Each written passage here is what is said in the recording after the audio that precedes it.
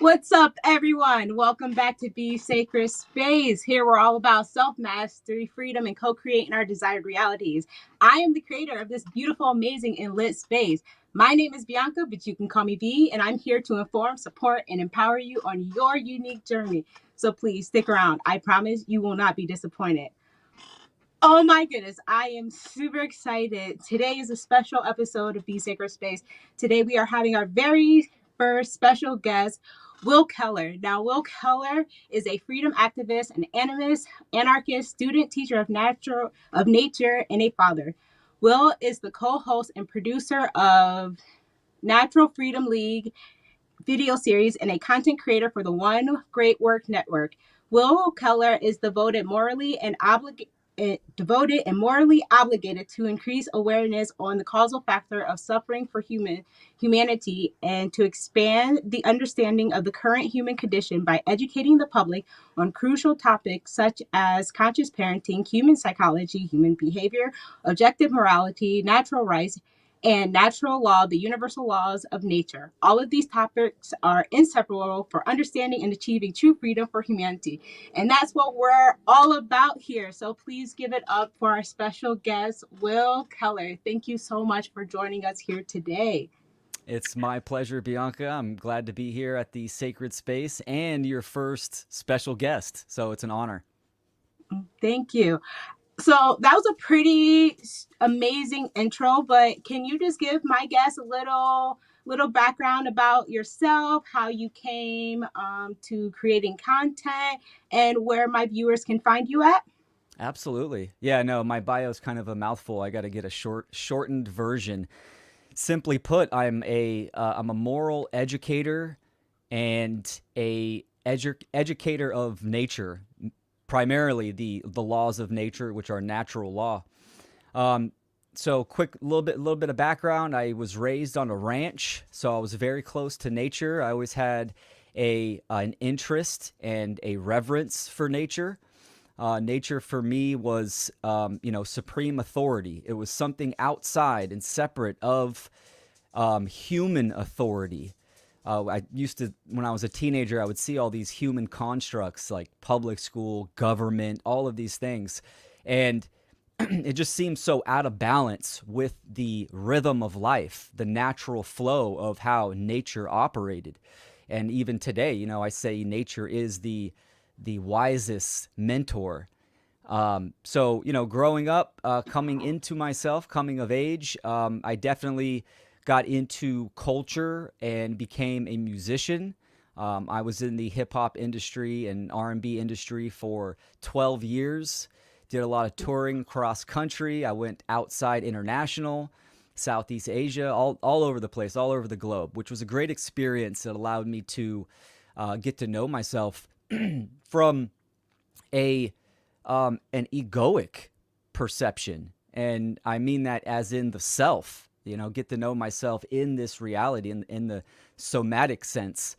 So there were a lot of lessons learned there, and it was a great experience. But I definitely transitioned out of that into fatherhood, and that was, the crux, the main application that kind of changed my whole life and my whole point of view. Shortly before becoming a father, I actually, and kind of transitioning from my music career, I was still very active in my music career, but I found myself into the black hole of addiction. And then becoming a father and still battling this, it forced me to look at myself at a deep level and climbing out of that hole and becoming a father. I took that information and that will to understand how I operated, and I applied that externally. So I got into topics such as spirituality. Occultism was a major factor, which led me on to some really great minds: Michael Tessarion, Jordan Maxwell, Mark Passio was one of my biggest influences, and the separation of breaking down, peeling off the veils of reality of how we think reality operates, ultimately led me to the moral obligation to speak out. It took me 2.5 years to actually kind of activate and execute. I went more of a anti-technology perspective, and I wanted to, head for the mountains and homestead, and it was a form of escapism, and I was stuck in there for about 2.5 years. Definitely Mark, lit the fire under my ass, and finally the pressure and the obligation and the responsibility and the accountability of speaking out and going public and teaching this information to inspire minds and try to activate minds. So that's where I'm at now. I've been a content creator publicly for almost 4 years now, and it's a process. It's a process of evolution, and the greatest gift is seeing people, starting to do the work, come online, and step into that public arena and talk about these vital topics for humanity. Right on. Thank you for that. So this discussion has been months in the making. So I since coming on this path, I started my own spiritual journey and whatnot, and I move a lot on like intuitive things that I receive, and I don't know exactly what I was doing, but I remember just hanging out, and a thought was like, you need to reach out to Will Keller and have him on your show. And it was like, what? What? I'm still just a beginner. Like, I probably only had like 3 videos out at that time. But we met up, and it went really well. And, we've been like trying to, get this discussion out to the public. But, things happen in life. And so like we're here 3 months later, and it's such a pleasure because I was very nervous with, bringing on someone that I respect, and has like such amazing, like clean presentations, and you having the willingness to come on this show with me was amazing. But then like I reached out to you asking you for some advice and some tips on how to kind of really level up my content and stuff. And you were seriously like such a huge help. So thank you for all the work that you do. And thank you for providing me with the education that you did, and, just making that time for me. Like you were talking about living on a ranch growing up. So for the past 3 years, I was living on a 30-acre farm. And that's where I really started to learn about the concepts of permaculture. And I started realizing that a lot of the things that I've learned, a lot of the principles could be applied in like almost every aspect of life, just like natural law can be applied to like every aspect of life. So like living on a farm, on a homestead, really helped open my eyes to learning from nature and taking the wisdom from nature and applying it to other aspects of my life. So Absolutely. thank you again for sharing that. And so today this episode is all about conscious parenting and the key to creating a better world, which it is the parents, and how we raise our children is what reflects in what we see in reality. And so that is why we are going to be talking about conscious parenting today on this live, so that we can become better parents for our children, so that we can start creating a beautiful, better world for everybody who inhabits it. So what is conscious parenting? So I'm going to give you my definition of what conscious parenting is. And then, Will, if you have a definition that you like to use or you have something to comment, please feel free. Cool. So to me, conscious parenting is an action of guiding our children in mutual respect and understanding, to provide them with proper education and a quality value system so that they are thriving, moral, and exceptional individuals capable of handling life and its challenges and capable of creating the necessary change that are needed in order to build a better world. Fantastic. Excellent. I love that definition. And I love how you started with it's an action, because absolutely it's an action, right? I look at it more as it's stewardship and it's a facilitation. And I like how you shared your story about, living on the farm, and I see that as first world. We kind of think, third world is a societal condition, where I see the third world is actually the cities that are detached from the first world of nature. Nature is the real world, and as parents, this is what we're here to do. We're here to give our offspring, the future of the species, the future of ourselves, to the tools to navigate reality, the first world, right? And the tools to operate themselves and come to know themselves. Your definition was fantastic. Thank you. Excellent. All right, so I want to ask you, why do you believe that conscious parenting is so vital, especially in the times that we find ourselves in now? Yeah, so I mean, this is what parenting is. It's the propagation of the species. Not just that's not just referring to a biological or genetic propagation. This is about consciousness, because when we break it all down and reduce it down, we are infinite consciousness having an experience. It's the most sacred process to have a child. It's the most important responsibility and duty to raise a child's awareness up to the level and during the time period where they become self-sufficient and autonomous. There's not a more important duty. And we, as a species in the aggregate, we've lost that. We've lost the knowledge, the know-how, and the awareness of the sacredness of becoming a parent and what that entails. So obviously we're in a condition of slavery, control, coercion, and duress. That needs to be understood right off the gate, that our situation in the aggregate for humanity it's not getting better. It has this progression of more control, more government. And why is this? Why does that happen? The most important question of why. And ultimately, when you reduce it down, right, human beings do not understand how to operate in this reality and what it means to be human. The reason they don't understand this is because of the lack of parental responsibility, of raising a child's awareness, giving the tool sets, the psychological, emotional, physical tool sets to become a true moral human being. Now, the controllers and the social engineers, they understand this information very deeply.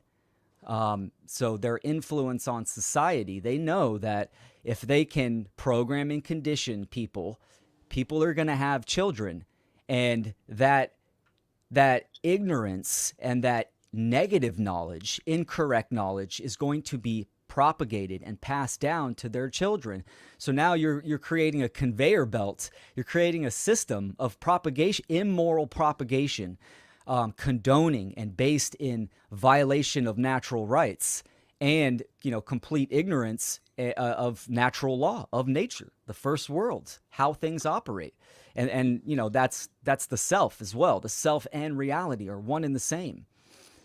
So it's important that if we say we want to create freedom, right, in our reality, within our own lives, but in reality as well, we need to understand these causal factors. And the root of the problem is incorrect parenting. Because if parents aren't correctly educating their children and being that example, then we are constantly playing catch up from the millions of parents that are not correctly educating their children, right? So the process of playing catch up, it's just putting us deeper and deeper into the hole, right? We're in a negative state. So we need to climb out of that. We need to get to at least par. And the only way we're going to do that is if parents understand what it means to be a stewardship, a facilitator of a young mind, a young being, and activate themselves through, correct education, moral education. So yeah, it's vital. It's vital. And, the journey it's fun. You get to know yourself on a deeper level. Your kids will teach you about yourself. And this is what consciousness does. Consciousness is the will, the force that pushes, the forward force that pushes consciousness to expand, to replicate, to for more complexity, uniqueness, beauty. And this is, as human beings, this is what we do, right? A man and a woman come together. That's sacred. They have the ability to create a child, which is a fractal of themselves. It's like a fractal of consciousness. So that itself is a process of evolution. It's just a shame that, through the ignorance of this knowledge, that there's no forward progress. We're in a de-evolution. We're in the evolution force, which is the breaking down of consciousness, the stagnation of consciousness. And even though biological genes can be propagated forward, that doesn't mean that one is evolving, because it always starts in consciousness, in the state of mind. So it's a big topic. It's a big topic. Most definitely. Like, there's no way that we could, uncover and speak about everything that it comes to with being a parent and, raising moral children and stopping this immoral generations that keep propagating on and on. And I was just having a discussion with a friend last night, and we were talking about, how our family members have dealt with certain situations in their lives. And then that has repeated through, their children and eventually to us. And I was telling her it's up to us to say, hey, like, that stops here. We're breaking that cycle and we have to move on and do better. And even though that applied to that situation, that applies just to parenting in general, is that for me, I believe the whole way that we look at parenting, like right now, needs to kind of just be tossed out the window, and a new structure needs to come in, because I think we're doing so bad at being good parents, being quality parents. I mean, when I had my daughter, I was still lost in the sauce, and I went through, what people believe is how you normally raise a kid. I went to the doctors and I've had the normal checkups and all of that stuff. And I had my birth in a hospital, and I allowed them to, kind of set the time when she was going to come out. And then immediately I signed her rights away to the state, and she continued to get vaccinated and all of this stuff. And I continued to do that, where I now am looking back, and my daughter was affected by the vaccines and the quality of food that I gave her.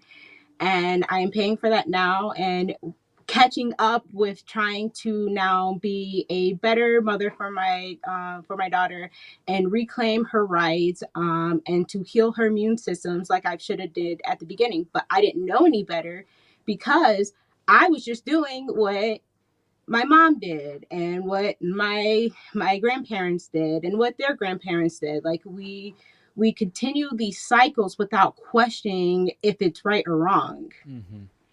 Absolutely. Yeah, well said.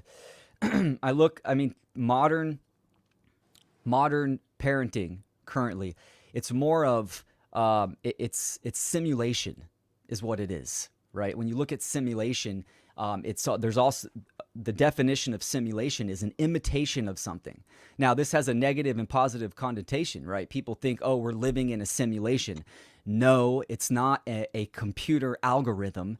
It's an imitation, meaning as above, so below, right? So we are in the image of nature. But with parenting, it's the negative connotation of simulation, meaning that it's a split image of who their parents are. So it's more of like a duplication, right? It's not a raising up. This is what it means to raise a child, meaning you raising their awareness up. And it's important to know, because I've obviously, conscious parenting is a huge part of my work, that I have had parents get frustrated by their past actions and, what they've done to their children. And, this is not the point of the information.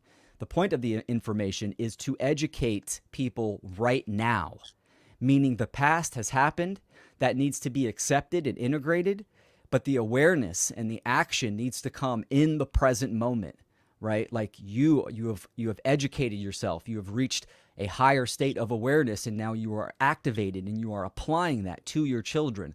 That is vital. That is such a shift in consciousness, a shift in energy, that you are doing your children now a great service by shifting your awareness, regardless what has happened in the past, right? The past is the past. So when I talk to a lot of parents, a lot of parents are discouraged, and they kind of look down on themselves. I totally understand that, right? There is no perfection in this reality except natural law. But the generational programming of parents, this is what needs to be stopped, right? Like you were saying, the transference of mind control is just at an all-time high. And the programming and the conditioning of parents, this is the problem. Even when a parent is coming into higher awareness, they have these triggers of just what is ingrained within their being, of how they were raised and how tradition and their family has their grandparents, etc. The information, this programming needs to be unprogrammed and unlearned first, right? You have to empty out the dirty water to fill it with clean water, so to speak, and as an analogy. And this is obviously the first step, right? Is to unlearn the negative knowledge and deprogram yourself and decondition. So I totally agree with you. Modern parenting needs to be thrown right out the window. Everything that people think they know about parenting needs to be completely erased and start from scratch. Agreed. And so, like, I'm super big on the concept of unlearning and relearning. For us adults, for the kids, even our children, we have to constantly let them know that there's a lot of false information out here, and that you have to constantly be unlearning what you were taught and relearn through learning to think for yourself and learning to educate yourself on what is truth. And so for me, I think it is so vital for conscious parenting and creating a better world, because now we live in a time where families and households are broken. Like, that is a common thing. Co-parenting is being normalized. Absent parent are normalized. We willfully and ignorantly give the rights of our children away to the state right after they're born. Public schooling and social media has more influence in our children's lives than the family structure and the value system. So like, we live in a time where our house is so divided and dysfunctional. And this leads to the increase in mental health issues and identity issues, low self-esteem, low expectations of life, as well as a rise in immoral behaviors, beliefs, and damaged psyches. And the perpetuation of this cycle after, generations after generations. And it is important to understand that the household shapes who the individual becomes. It shapes their character. So if we want to raise individuals who are resilient, moral, happy, healthy, and thriving adults, then we have to take control of our household in the family dynamic. Absolutely. Yeah, well said. The family dynamic is the first structure that a being comes to learn and embody, right? This is in the formative years, the years that lay down the operating system on how the being is going to operate. I mean, it is vital. And it's all about our relationship. I mean, in this reality, it's all about relationships. Relationship to yourself, relationship to nature, relationship to truth, relationship to principles, right? Relationship to friends, acquaintances, the public, your children. So I always ask someone, a parent, to evaluate your relationship with your child. And it definitely, I talk about the objective principles of conscious parenting in my work, meaning that there are principles that are objective that every parent needs to understand and educate their child with, right? These principles of reality. Parenting styles can vary. This is the beauty of it, right? There's unlimited styles. Parents, they kind of want the all-in-one format of how to do things, and everyone's situation is different. There needs to be brutal honesty where the relationship and where a family is at. Like you said, co-parenting is the norm. I mean, it's incredible that this is by design, right? I mean, the breakdown of the family dynamic is one of the greatest injustices that our species has ever faced. Because as soon as you break that family dynamic down, now, I mean, if the foundation is fractured, the structure will crumble. And this is what the family is. I'm in a co-parenting situation, and hey, it can be brutal. It can be brutal at times. I'm extremely grateful that that my partner, my daughter's mother, and we see eye to eye on many principles, which is great, which is good. I mean, we weren't in a relationship for 3 years, but we decided to live together because our daughter was still in the formative years, and we wanted that family dynamic, that structure, to be there. After the formative years, by just certain experiences and causalities, we went our separate ways, but still that family dynamic is still there. And with how people operate nowadays, especially in co-parenting situations where everything is done out of spite, the child is not put first, the relationship has broken down between mother and father, which is exactly where the social engineers want it. If they can put a wedge between mom and dad, that affects the child or the children dramatically. And that's where they want families at. Which I've seen on both spectrums, but I unfortunately I've met a lot of men who wanted to be active parents in their child's lives, but because the mother was being spiteful, withheld the child from their father, which Mm-hmm. is like, it's quite shameful. Like, I'm quite very ashamed of women these days. But I have 2 children.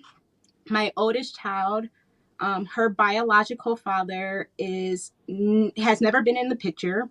And then I have my youngest son, and I have a co-parenting relationship with him, and it's good. It's good. It's not like perfect, because I don't think any relationship could be really perfect, but it's a lot better than we had expected. Because when I was pregnant, I really started to understand that his beliefs and values were not the same as mine. So we like butted heads. Like, one of the main things we butted heads was about birth certificates and social security cards. And so then, like, we kind of clashed a lot during my pregnancies. And then shortly after our son was born, we really like kind of put all the pettiness aside and really started showing up together for our son and raising our son. And we started developing like a really good relationship. And we try to do things together, even though we are not together. We still hang out as a family the best that we can. So it really is important that if you are in a co-parenting relationship, that you do the best that you can to have a decent relationship with the co-parents, because our relationships with the other affects our children greatly. Mm-hmm. And like you said, it was all by design. I was raised in a single mother household. Like, that's what I know. And that's kind of what I put myself in the position of. But I had to recognize that this was, kind of like a cycle and a pattern that I was repeating myself. And so I have an open door policy, I don't know if that's the right word, for my daughter's father. If he ever does decide to come in, I will never reject him because he decided to be absent out of her life, even up to this time.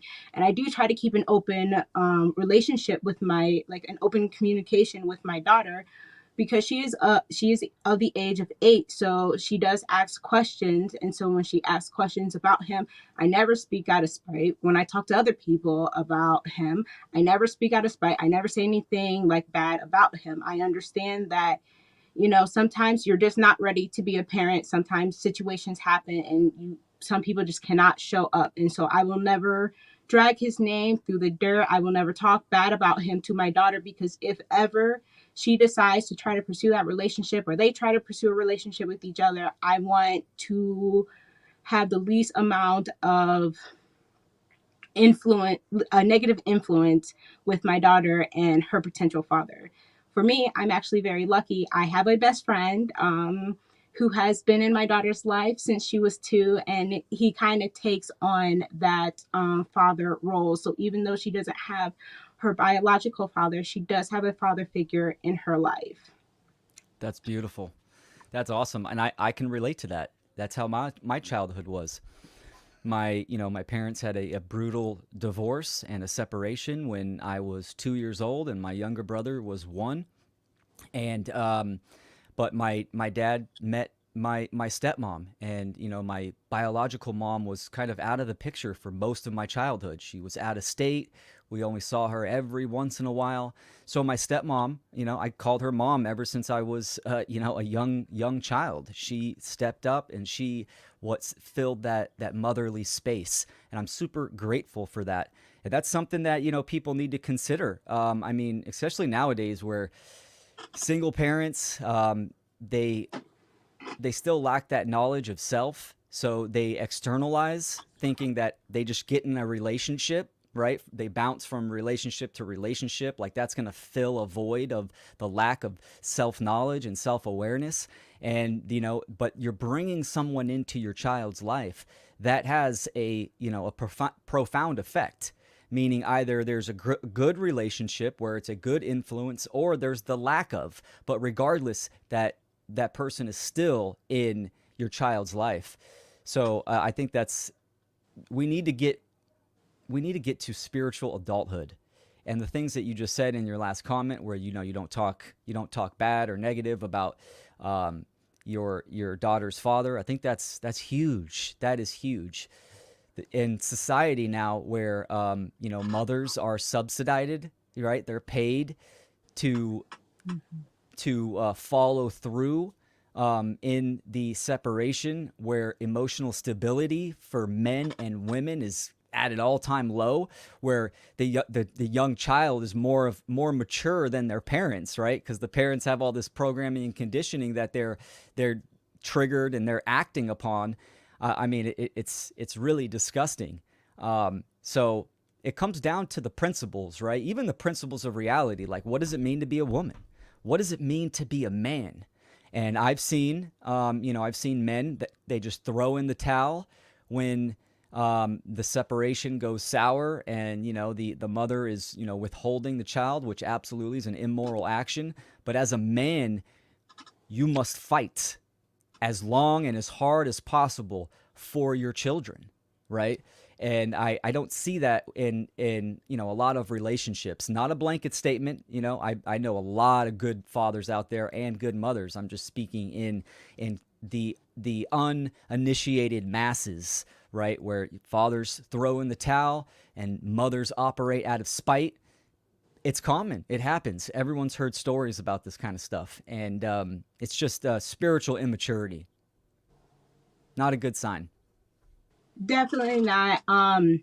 Something that really inspired me with co-parenting a relationship was that my youngest son, his parents are divorced, but they still do things together for the kids. Like if the kids have like a birthday or some type of event, like both of the parents always show up, and they were always like mutually respectful. And I was just like, wow, like that's amazing. Like I really loved, I mean, I'm sure they went through their own trials and tribulations with getting to that point, but they're at the point where they can both show up together for their children. And I love that. And I inspire to do that with my children's father. And right now, like I said, me and my youngest father, child's father, we have such a good relationship. And I mean, we spent, my child will be 2 next month. Majority of the time of being pregnant and having my son, we were not together. So the co-parenting has kind of been from the beginning. But I think we've been doing an amazing job, especially because, like, bless this man. He might be watching right now.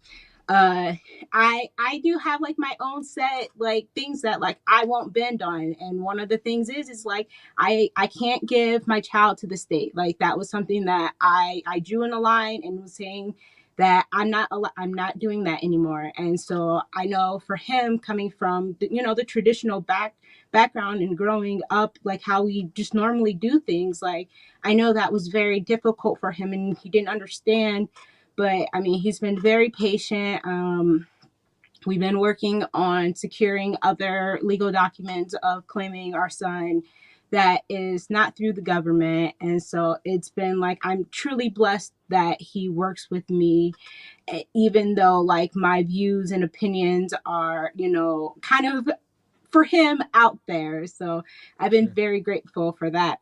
But I want to talk about, you had mentioned, like, how people get out of relationships and they get into relationships, and like that's a cycle. And that's Mm-hmm. especially a cycle for, like, my generation and the generation under us, where we go through these heartbreaks, we go through these separations, and instead of dealing and healing what we experience, we just jump into another relationship.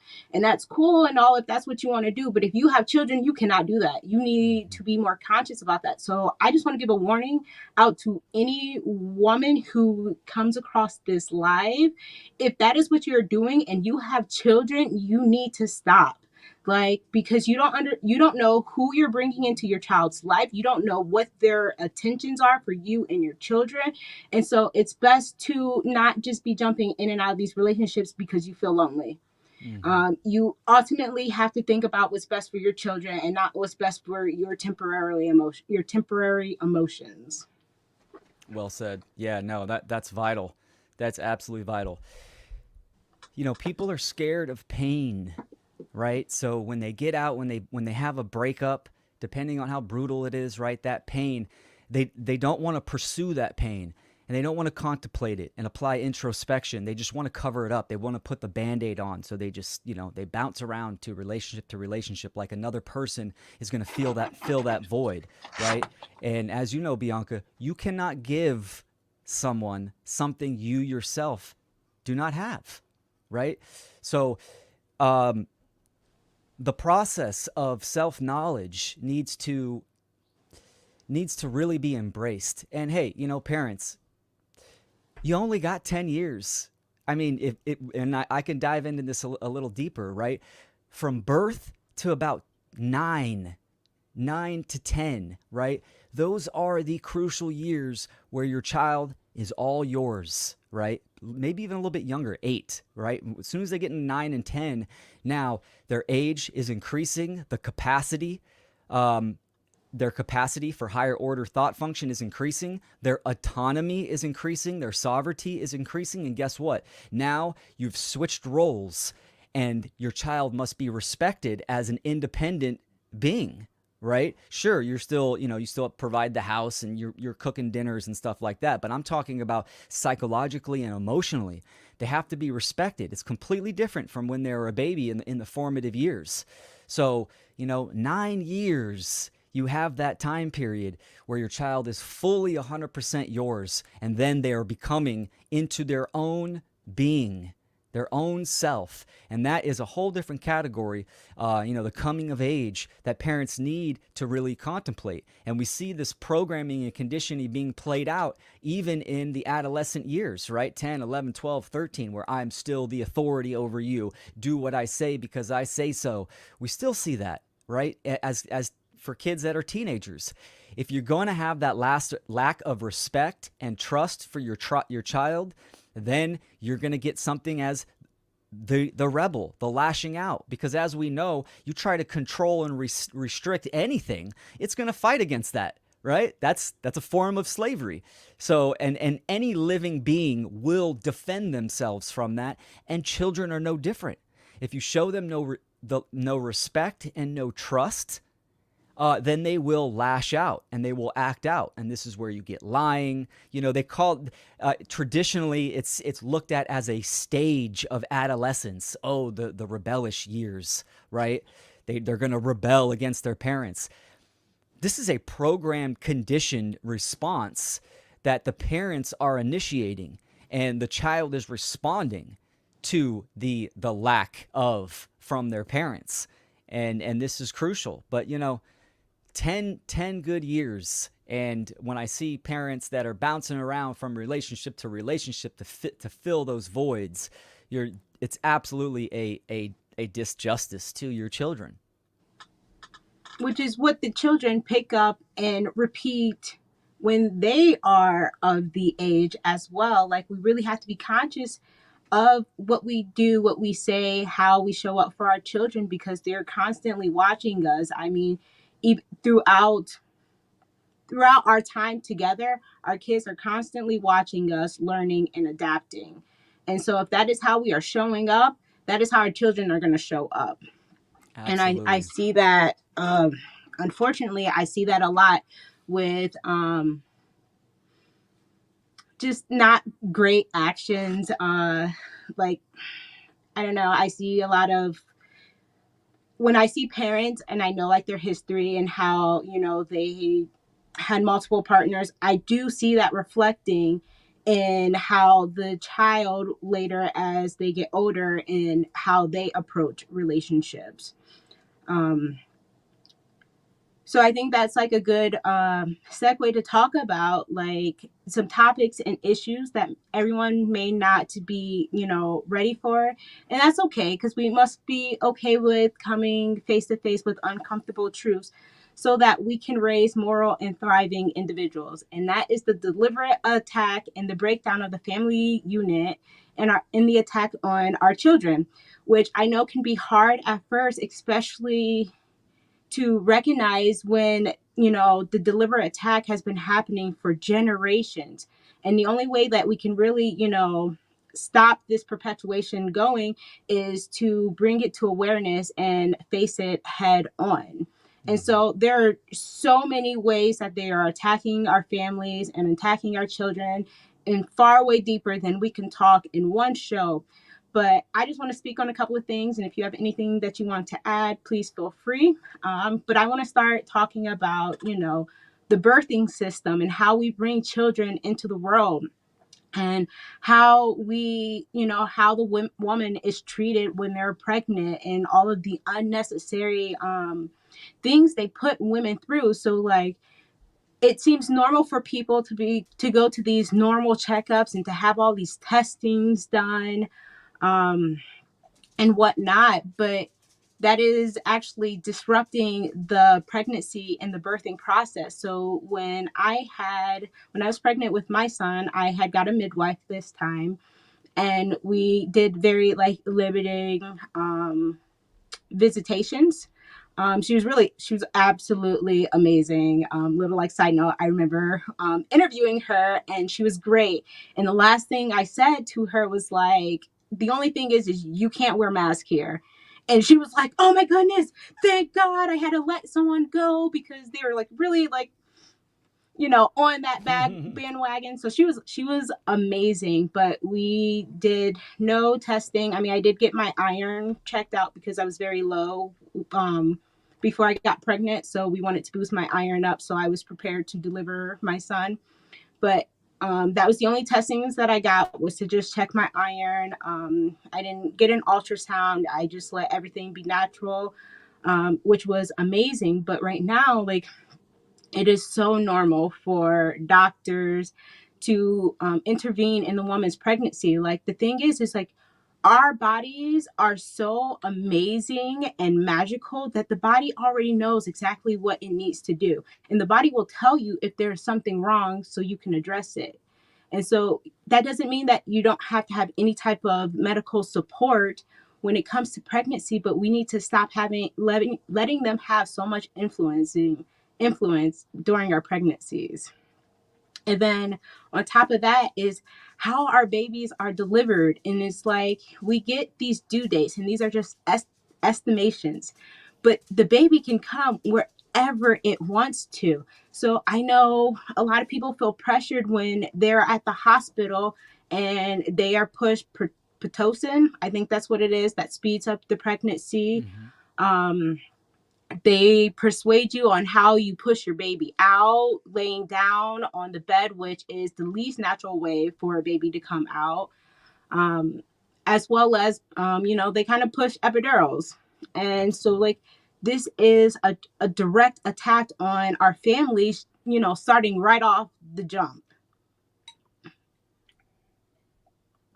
On top of that, right after we have our babies are being harassed by four to five people at a time, getting wiped down, getting kind of separated from the mother. I mean, I see horrible videos where mothers are asking for the umbilical to stay attached, and they are violating the mother's rights, and they're cutting the umbilical cord. They're vigorously rubbing off of all of the coating that comes on the baby. Separating the moms, forcing the moms to sign their children to the state, on top of injecting our babies and shooting them up. Like, we have to say enough is enough and start making our own way of bringing our children into the world that is not, what do I want to say, disruptive by these medical systems. Well said. Excellent. That's where it starts. I mean, obviously, it starts even before birth, right? In the mind of the individuals when, two individuals come together, right? But yes, for the parenting aspect, the modern birthing system is a trauma. It's a trauma system. That's what it does. Well, first of all, birth itself is a trauma bond. Now, positive or negative, the positive trauma bond is obviously the natural method based in truth, where a child is born and, immediately connects or continues to connect with the mother, right, and the father during that process. But like everything that you list was a negative trauma experience, which ultimately creates disassociation in the child right off the bat, right, with the vitamin K shots. C-section is almost the norm nowadays, yes. Right? I mean, it's actually promoted. And it's the fear. It's where this comes from. Ignorance and fear, right? Obviously, all fear is based in ignorance. But women have lost their true essence when it comes to birth, where the feminine essence of being pregnant and being in labor and having that experience, where modern society has broke down that essence, where women are scared of labor and of pregnancy in this time period. So they abdicate their responsibility off to quote unquote experts, excuse me, or authorities, right? And this, epidurals, ultrasounds, all this kind of stuff. Absolutely. It's such a negative experience. So you said it very well. I mean, in reality, the realm of the real, right? The mother gives birth to the child. Immediately, the child is placed on the mother's chest to transition the baby into, the physical world, gently, right? And the father protects that ceremony. That's what the father does. I was very blessed that even though I didn't have a full awareness of the birthing process, we came across this midwife. She was fantastic.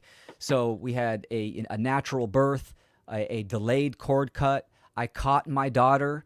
There were no doctors at all. It was in a private facility. We had a room all to ourselves. There were only 2 other nurses that just stood against the wall, and they were there like just in case the midwife needed help. It was such an intimate and beautiful process. I'm really blessed, that this midwife was there. She even told us, she told me, don't let the child out of the mother's sight or away from the mother. And, I was like, yeah, for sure, and that was her kind of giving me the look like, don't let a doctor come in here and try to take your child, or a nurse. So, we didn't do any shots or anything like that. But see, that's where the programming and the conditioning come in, where people think this is how it's supposed to go because this is how it's always been. And they're flat out wrong. And we're seeing the negative consequences of those effects, right? Some of the other attacks that I'll touch on is obviously, culture itself. Now, modern culture in itself, the concept is actually neutral in my opinion, right? Culture means to cultivate. Yes, cult is in the word culture, or culture, but it means to cultivate. So what are you cultivating? Are we cultivating moral principles and right action and higher awareness? No, that's not what humanity is cultivating. Are we cultivating ignorance, illusion, fear, control, duress? Absolutely. So it all depends on the context of what is being cultivated. And modern culture absolutely is cultivating the negative experiences. A lot of my homeschoolers and unschooler parents will relate to this, right? How many times do we get the question, oh, well, your child's going to be like weird and not sociable, right? And it's such a just an ignorant comment, right? Like we keep our kids locked in a closet, right? Or in the Right? house. Like, it just shows you the lack of knowledge and awareness that people have. Now, guess what? My daughter, she's not going to be like all the other kids. That's the point. Not to assimilate our children into modern culture and into the programming and conditioning that is so prevalent in today's world, right? They are going to be different, right? So, I mean, that's the whole point, because we're trying to raise our children with correct moral principles. And hey, that goes against the grain of modern society. So there's a lot of obfuscation and misdirection and, flat out attacks on parents that do not assimilate and atomize their children into the quote unquote, Borg collective that is going on. Of course, another topic is the public schooling system. I mean, really, every category of society is immoral and going against nature and truth. But the public education system, indoctrination, obviously, is not a natural state of learning for human beings. Human beings learn, like when they truly learn and take in and actually and resonate and hold information, is when they're internally motivated. And this is not what public schooling does. Obviously, it's all about memorization and atomizing and obedience. So even the format and the curriculum of how education is promulgated is incorrect and is illusory, right? Of course, once you understand the history of public education and where, especially in America, where it comes from and who created it and how it's been promoted, then you quickly understand that there is a prime objective, and that is to create obedient slaves. And this is where parents need to educate themselves on every topic, especially when it comes to learning. And what is learning? Like, I like to simplify my work, right? Bring it down to the philosophical principles and attributes. Like, okay, you want your child to be educated. What is education? What is learning? How does one learn? It's like those questions right there that's the foundation. And parents don't ask those big questions, those deep questions to themselves. They just abdicate that to someone else.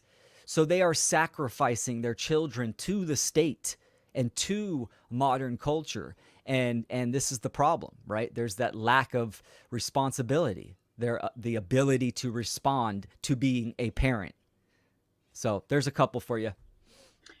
Yes, I definitely want to talk about the education system. So I am a homeschooler. My homeschooling journey actually started when I was in high school. I didn't have my children in high school, but I remember being in high school and asking my mom, like, can I be homeschooled? And she couldn't because my mom was a single mom to three kids. So she was working numerous jobs and just couldn't, she didn't have that time. And I don't even think she would even have the ability to be a teacher to me, which now looking back, I wouldn't want my mom to be a teacher. but, I remember being in school and just like these people don't care about us. Like I actually do have a video of the reasons why I started homeschooling. I haven't released it yet, but it is on cue. But at a young age, I realized that the school system did not have my best interest at heart. Like, I did terrible in school. I failed a bunch of classes, not because I was dumb, but I just didn't care. Nothing really, inspired me in school. Like, I was forced to take classes that had no interest. Most of my education, anyone that I've talked to, most of your education, you don't recall or you don't use it in the real life. And so at that time, I was just like, if I ever have kids, they're going to be homeschooled. And so I had my daughter, and that was still my intentions, but I was still very much asleep to what was going on in the world. And then I was not asleep, and I realized how harmful and destructive the public system is to our individuals. And I know that a lot of us like to believe that the public school has our children's best interests at heart. And I know we like to believe that genuine people truly do care about our children's educations. But to believe this is to continue to claim willful ignorance, which is what we do when we refuse to look in what is going on with our children's education. So if we say that we love and we care for our children, we want to give our children the best, then why are we still choosing to be ignorant when it comes to our children's education?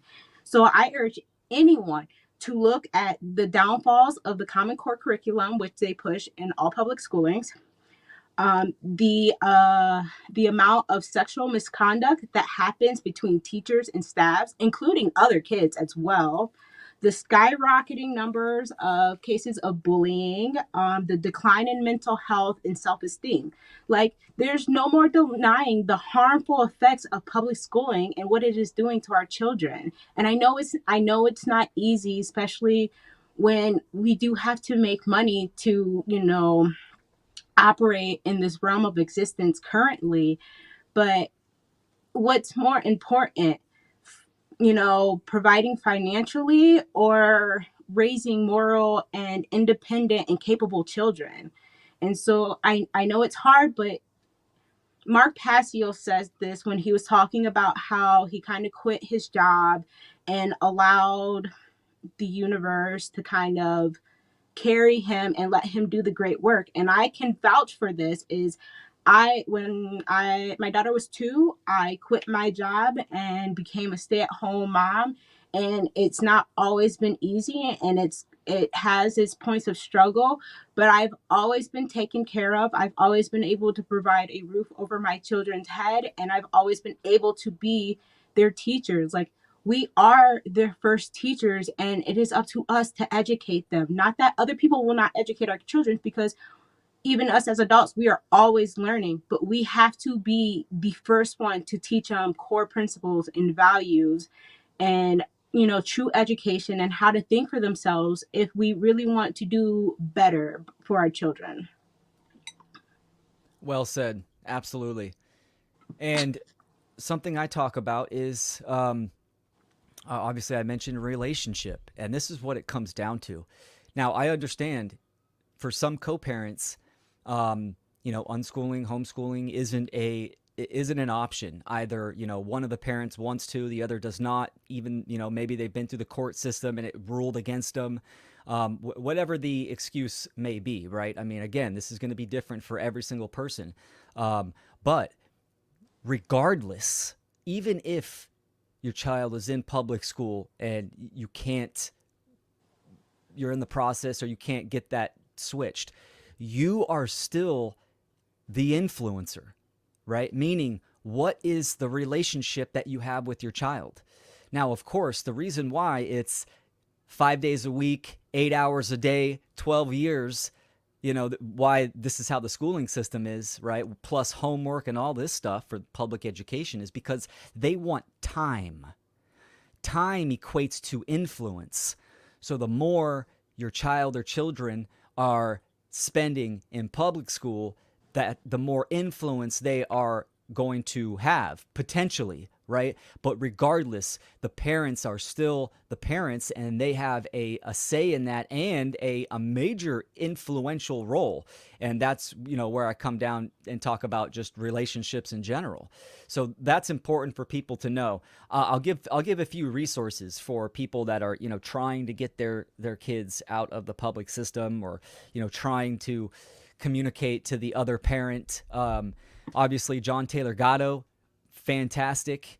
Dana Martin, fantastic. Lainey Liberty, she does a lot of work with teens.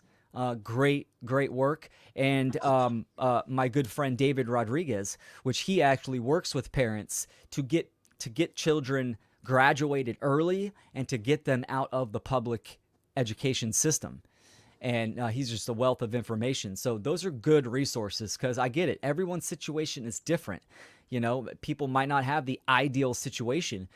There are options. There is education, even from a parental standpoint, to another parent, right? Educating the other parent on moral principles, or the education system in general. There's other options. There are Waldorf-inspired schools. There are charter schools. Another great one for people to look into are forest schools, which their curriculum is self-directed, which is ultimately a natural modality of learning, is when the curriculum is self-directed learning, meaning whatever your child is interested in, you provide the resources, and you promote that, right? And, young kids, their interests go all over the place. That's the point, right? They want to experience everything. Ultimately, the world, life itself, is the schoolyard, is the playground, right? And interacting with it is where you're going to learn the lessons. And even on the trivium and the quadrivium, these are the curriculums right then and there that a parent needs. So I would highly recommend people check into those resources. So my approach to homeschooling is life schooling and child led. So, we focus on like the basics of, basic math and reading and communication.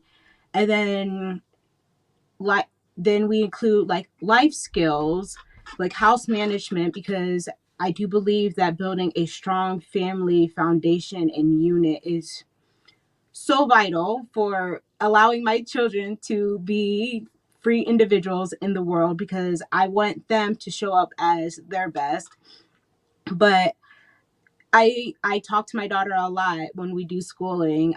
It's like, what are you interested in? What do you want to learn and stuff? And my daughter, like, she's 8 years old, and she's always talking to me like, I don't know what I want to be when I grow up. And I'm like, you're still 8. Like, you have plenty of time to figure out what you want to be. But then she'll tell me like, I think I want to be a dance teacher. And so now she's in dance. Like, I do whatever that she feels like she wants to have an interest in.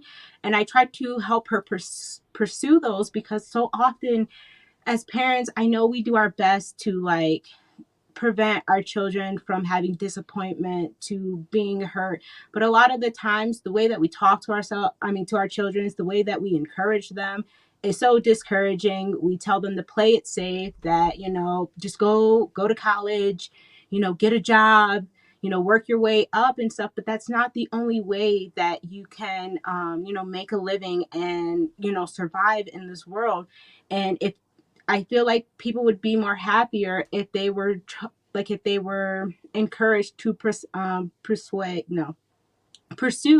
the things that really like made them happy, which is authentic to them. So yeah, the education system is such a big factor when it comes to how we raise our children, because like you said, like, children spend 7 to 8 hours 5 days a week in school. That means that somebody else has more influence over your children than you do.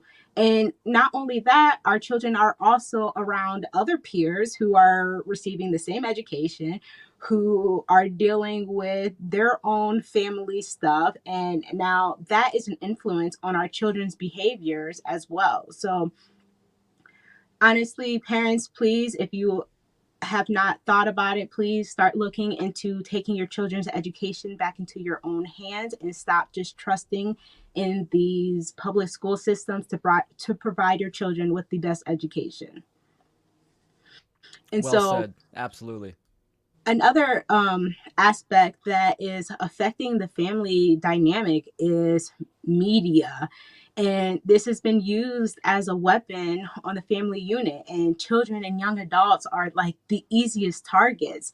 Their minds are still developing and learning. And if they see anything of influence and not properly taught how to discern information, can easily persuaded in certain views and beliefs or behaviors, especially when the child starts hitting like an independent stage and the household unit is not as important for them because they are, starting to explore out.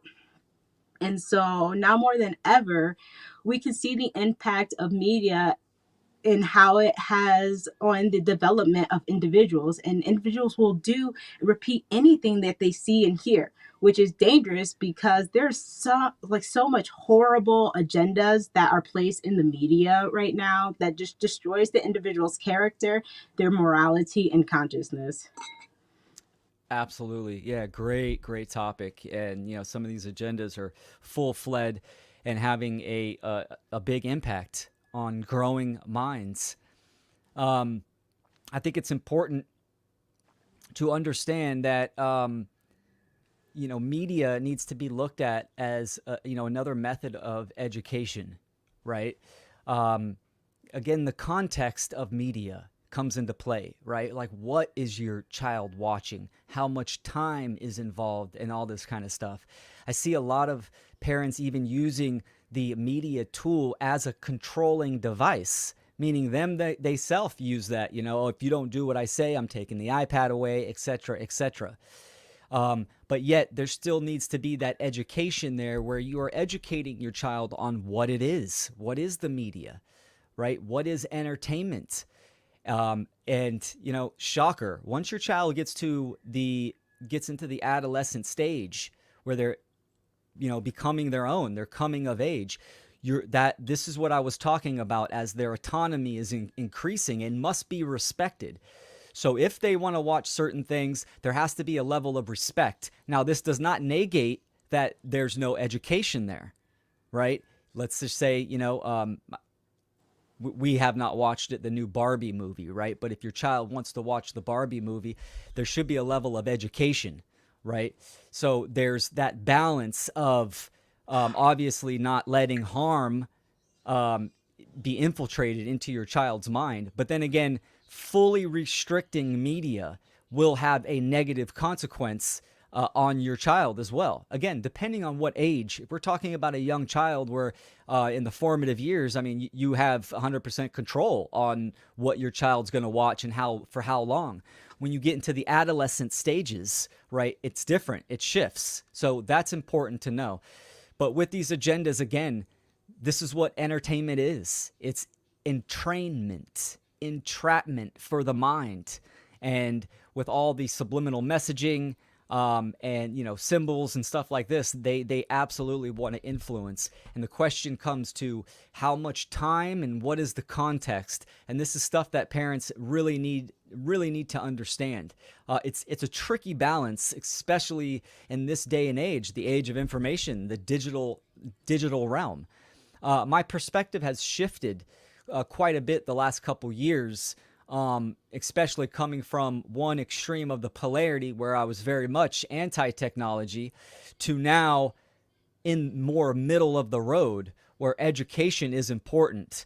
There's going to be absolutely no way, unless you're living out, in the mountains, completely detached from society, that your child is not going to interact with media or technology. And for me, that's the opposite extreme of the polarity. The middle ground is educating your child what it is, what a device is, what it does, what is media, etc. Tell them the truth about certain programs and influences and messaging. I think this type of education is extremely important. You're trying to give your child the tools of critical thinking so they can themselves recognize what the message of a piece of media is. That's ultimately the goal. We're not going to be there to shelter and protect our children, for that long. Again, only about 10 years, and then they're off on their own in some form or fashion. So education by far is definitely the modality. Oh, most certainly. And, like you said, being truthful and being honest with our kids, like, we need to stop coddling them. We need to stop, what was the word you said? Just being overbearing and allow them to have access to these tools because, like you said, unless you are living completely like off grid, media is everywhere. So I'm very honest with my daughter to the age that is appropriate for her. I try to continue to remind her that not everything that you see on TV, on media, is true. Do not take everything for face value. You always need to learn to think for yourself, Mm-hmm. which is hard because she's still got a very young mind. So she'll Sure. see something and she takes it as true, but it's a constant like reminder of what media was put there for us. And I like what you were saying about like how you've adjusted your views. Like, I think it's so important as parents, but people in general, is that we must be constantly learning and adapting and adjusting. Like, just because you have a certain belief or a stance on something doesn't mean that some information or some view will come across. Hold on. Doesn't mean that you won't later change your mind. Like, there were a lot of things that I was set on. Like, when I first started this journey, I was against technology as well. Um, it was very limited in the house. I didn't really have a phone. I didn't have a computer or a tablet or anything. And now I find myself in the exact opposite of where I was, several years before. So as a parent, we must be constantly, adjusting and adapting with ourselves and as well as with our children. Like, our children are so resilient. Our children are capable of handling truth. Our children are capable of having, an awareness of what is going on in the world. We cannot dump everything onto our children, but when we start having those conversations, these are going to help them be critical thinkers later in life. Yeah, 100%. I definitely agree with you. This is what we're here to do, right? I mean, both extremes of the polarity, whether one is completely ensconced in technology, all the time, that kind of way of life, and then on the opposite extreme of a complete luddite, off grid, they're both harmful to your children, right? The middle balance is where you want to be because modern literacy obviously includes technology. So when my daughter was young in the formative years, we didn't have a TV in the house, so technology was very limited. But now that she's 10 and she's becoming into adolescence, right? And I'm obviously a content creator. I'm very much into technology. The education there for her is important. Like you said, becoming a critical thinker, and that is vital. They have. It's not about them becoming an imitation of us. It's about giving them the tools so they can become their own person, but their own thinker, to have their own conscious and exercise their own conscious. It's giving them those modalities and tool sets. Agreed. So something I want to kind of go off with media that I think is important to talk about, and I don't know if it's really appropriate to add to here, but I do want to bring this out with media. comes the overexposure of sexuality. And we as parents are failing our children in this education, in this area. So we allow the school, we allow media, we allow the pressures of the peers to influence and educate them. And without proper education on, sexuality, our children are hooking up earlier and earlier and having children at very young age. I think the youngest age someone has had a child is 11 years old. Um, Children need this time to grow and to experience life and to develop into an emotional, physical, mental, and spiritual maturity. And so we as parents are failing to recognize the dangers of, improper education on sex and the overexposure of sexuality. And because of that, we are failing to prepare our children for the agenda that is at hand, which this increase the risk of disease, unplanned pregnancies, um, sexual abuse, decline in mental health, increase in broken homes, which again, there's no way that a child can raise another child.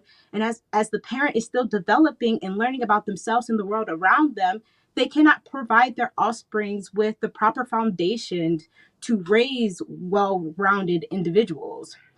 And so, oh my goodness, I think my daughter was 3 years old and we were at the playground, and I'm telling you, these kids must have been like 10, 11, if that. And they were talking about hooking up and everything. And I was mortified. Like, this is the reality of things. And I know, especially when I was in high school, um, just the peer pressure of having sex and whatnot was so high. I mean, at that time, 16 and pregnant, teen mom started coming out on show, which again is an agenda to, push like these pregnancies at a young age. But we, as a lot of us as adults, shouldn't be having children. So why should our children be having children when they don't have the proper education and the tools to raise children? And so that's just one of the things that I it's been on my heart for so long, and I've wanted to talk about. And like, this isn't a direct attack on our children. And so, like, we as children, we as parents need to do better with providing our children with the proper education, especially when it comes to media. Sex is all over the place in media. Sex is in kids' TV shows. Sex is in advertisement. Like, it's everywhere. Yeah. Yeah, no, it's definitely prevalent. And, who who is going to educate your child on the topic of sex, right? That's a question that parents need to ask. For me, it absolutely, I'm going to be the one, and our daughter's mother, of course, together. We are going to be the one that are going to educate our daughter on this kind of topic. But it almost happened just naturally because myself and her mother were very much in tune with nature and truth. We don't lie about anything. We don't hold back on the conversations that we have. My daughter absolutely knows what sex is and how children are made, etc., etc. So she came into adolescence and culture with already having that education of what it is. Parents get that topic of sex like it's, oh gosh, I'm not going to talk to my parents or to my child about that. They just don't want to do it. They want to avoid it. But by avoiding the topic, now you are opening up the potential and the possibility for culture and society, right, and the state to do that educating. And guess what? Like you were saying, there's an agenda. There's an agenda there to sexualize incorrectly and unethically children, right? So this is what they want to do. So it always comes with education, and the parents need to be at the forefront of that education, for sure. Most certainly. And I can say, like, firsthand, like, my mom never had the conversation with me. We've never talked about it. And so my biggest influencers were my friends, my peers, and that was quite harmful. To say the least. That's Which common was nowadays, right? I mean, now it's TikTok. TikTok, YouTube, the inner circle. It's like when we think of culture, culture is also the playground, right? Public schooling, the interaction with kids, kids' own little social circles. And I think that's where I remember even growing up, right? I mean, there was a huge push for sex even in my own circle and at school itself. But my dad and my mom already had these conversations with me. It wasn't a big deal. I already understood. I already knew. There has to be that level of sacredness as there as well, right? Like this is not just a feel good thing that's based in just physicality. There's the sacredness of sex and self love and self respect that come with it. Mm-hmm. So sex nowadays in modern culture is just looked at as like a dopamine rush.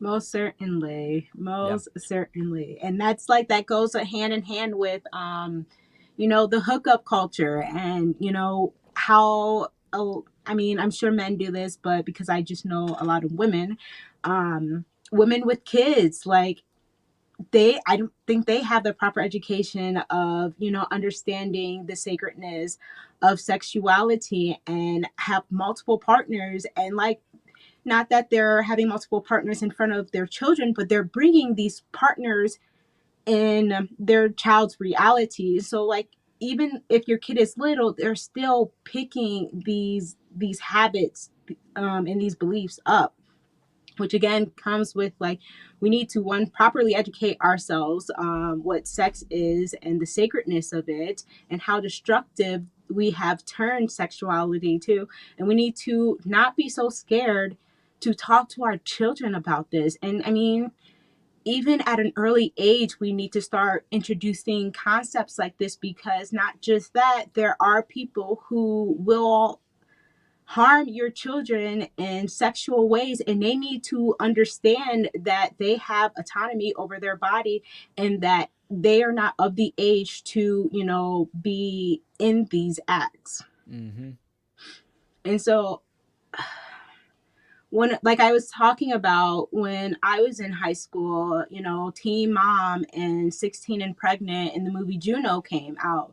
So the push for, having like babies at a young age, like people kind of like thrived for it. It wasn't like it accidentally happened. Like I know a lot of women who were young who were intentionally trying to get pregnant. But again, a child, even if you are in your teenage years, you are still a child.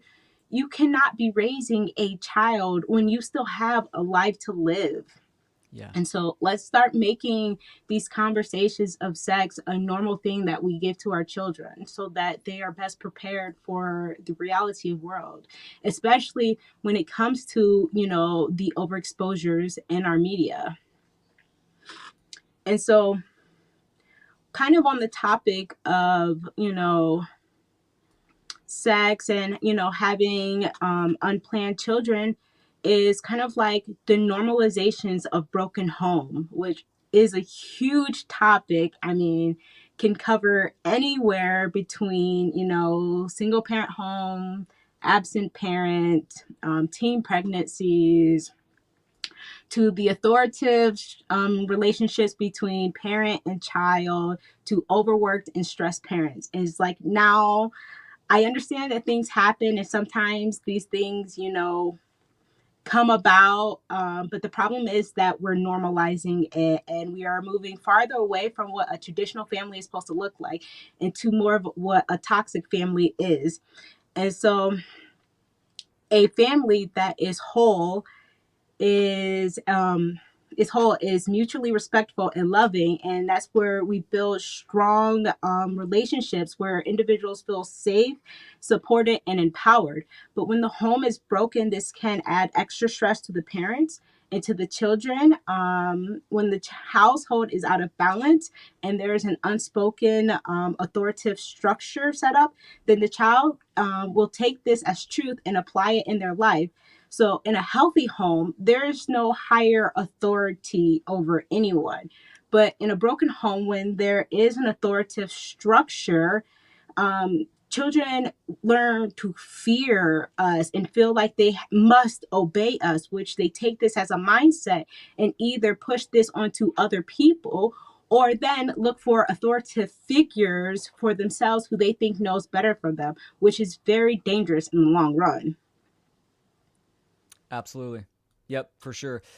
Again, this is what the social engineers want to promote, and the the relationship that a child is going to have between mother and father is going to set the tempo for the child's relationship with other individuals, right? This is the anima and the animus. My daughter, her self-respect and self-love and her relations towards men is going to be a it's going to be a fractalization of the relationship that she and I had. And obviously, the same goes for son and mother, and daughter and mother, and son and father. So the breakdown of these relationships, which are really, the social engineers and culture, it's just the influencer. The parents' ignorance, they are the ones that are culpable. They are the ones that are performing the action or the inaction. So that the lack of that, knowledge and relationship, this is what is promoting, the child to grow up and do the same thing to their kids, right? So it's just continuing the cycle of generational trauma and mind control. And absolutely, I mean, you said it beautifully. Awesome. Thank you. Yeah. Alrighty. So, I mean, again, like I said, there's so many agendas that are pushed that kind of destroy the family unit. But I want to start talking, about some solutions and how we can become better parents and raise awesome children and create a better world for them and all who inhabit this beautiful, amazing planet. And so the first thing that I want to talk about is the true roles of parent. And oftentimes, like, there is this authoritative structure in the house where, like, do as I say, because I said so.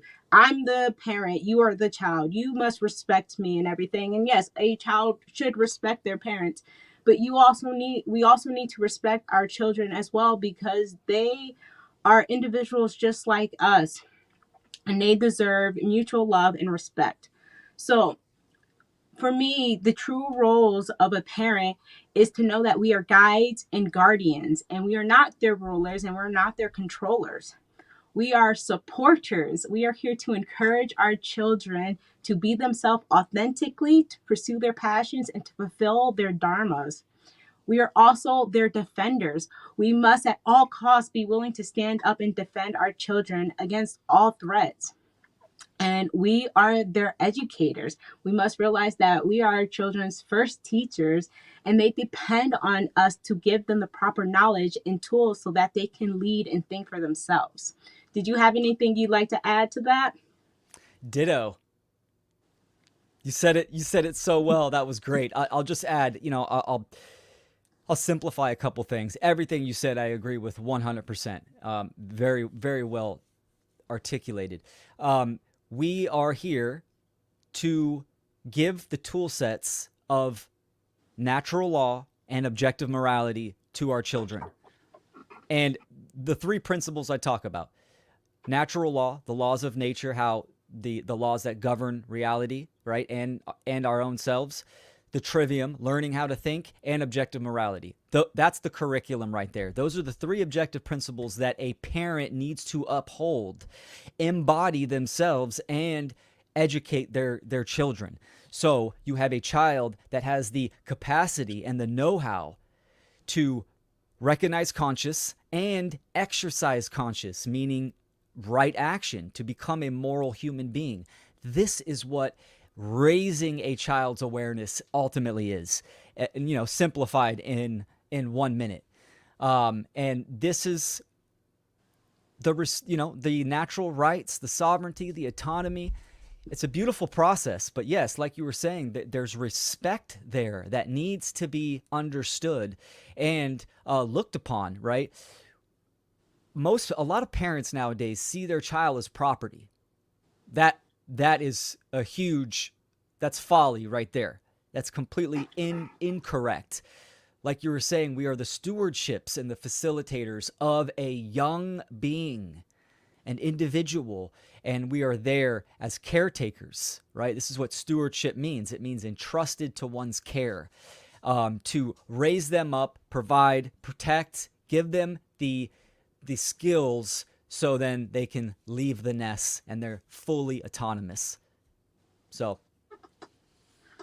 Right. Our job as parents is to prepare our children to be morally thriving and happy individuals so that they can live their life, fully understanding their autonomy, their independence, fully being authentic and being themselves, not just a carbon copy of everybody else. So, we're almost exactly. done, guys. I just want to give for me 8 tips to become conscious parents. And so the first tip is self-ownership, which means to take ownership and responsibility for yourself, which is achieved through self-awareness, inner work, and having the courage. If you haven't done this, then you have not gained ownership of yourself. And if you do not have ownership of yourself, then you will not be able to teach your children the importance of self-ownership. The second tip I have is you have to reparent yourself. You must heal your wounds and your triggers. You must show up for yourself like your parents should have. You must forgive your parents because they are human too, dealing with the same BS that we are all dealing with at some degree. The third thing to become a conscious parent is you must educate yourself. You must allow yourself to go down the rabbit hole with an open mind and don't run away from the truth of things. In order for change, we must be willing to face our fears and the ugly truth with courage.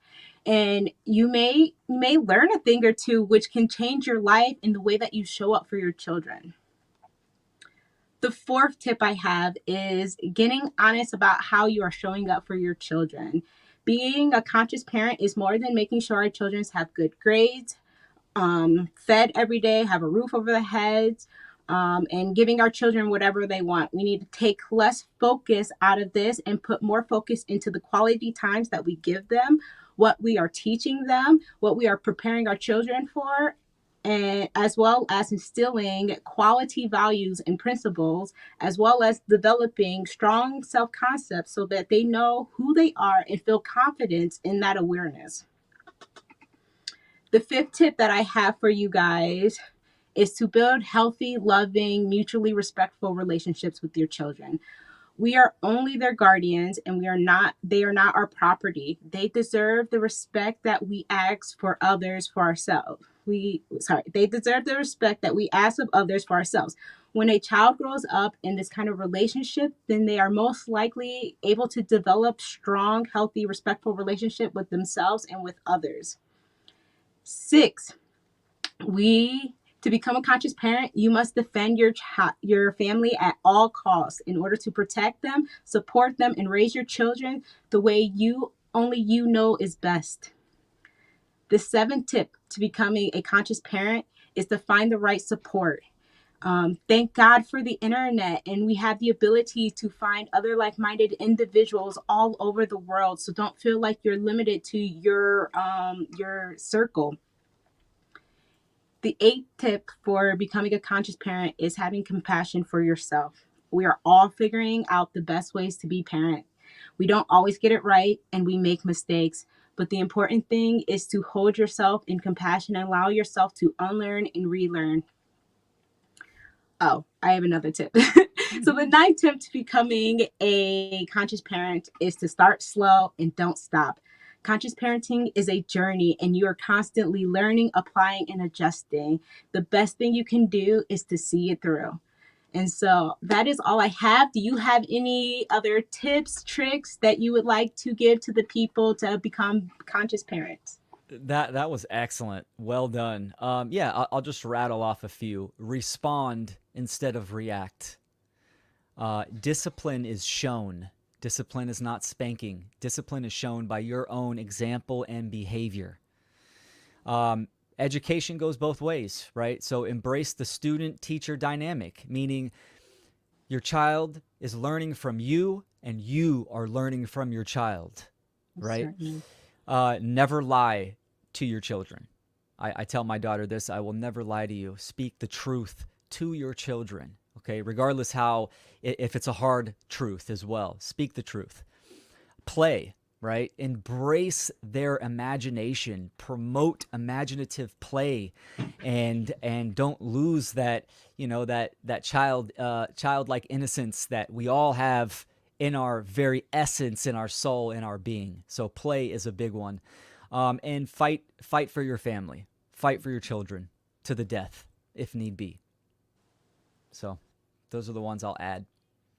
Those are excellent points to add. Yes, be there presently for your kids. It goes such a long way. Like for me, I have a hard time, tapping into that inner child and playing. I am a very serious person at times, but my children, they break me out of that. And then I find that I end up having more fun than my children are having fun. So Yeah, they really do value that quality time that you spend with them. And it takes nothing but a few moments of your day to make the time for them. But absolutely. would you like to add any more before we end this live? I mean, fantastic chat. You're amazing. I love the work that you're doing. And in this discussion, I mean, you brought forth some excellent, excellent knowledge. And I just, I wish all parents to continue to follow your work and educate themselves. So thank you. Thank you so much, Will. And thank you for everybody who joined this live. And thank you for everybody who will see this live in the future. You guys are amazing. You guys can do this. Until next time, guys, take care. If Will, you would give your, where people can find you at one more time. Yeah, I'll send everyone to my link tree. So linktree/Will Keller. You can find me there. I'm also on the One Great Work Network, Natural Freedom League, and Freedom Under Natural Law. But go to my link tree and you can get to all my platforms. Thank you, Byanca. It's a pleasure. Thank you so much. You guys have a great evening and enjoy your day.